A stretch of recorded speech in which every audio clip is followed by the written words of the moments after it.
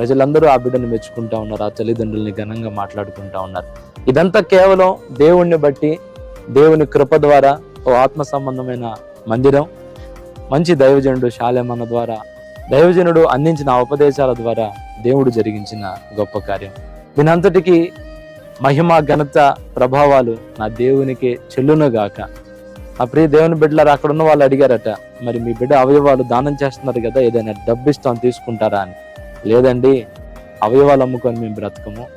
మా బిడ్డ అవయవాలు నలుగురికి ఊపిరి పోసి వాళ్ళు బ్రతికి వాళ్ళు ప్రభువుని తెలుసుకొని సేవ చేస్తే చాలు. నా బిడ్డ గుండె దేవుని సేవ చేయాలని కొట్టుకుంది.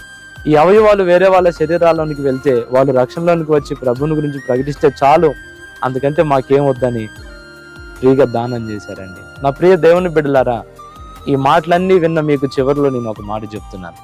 ఏ రోజు ప్రభు మనల్ని పిలుస్తాడో మనకు తెలియదు. దీపం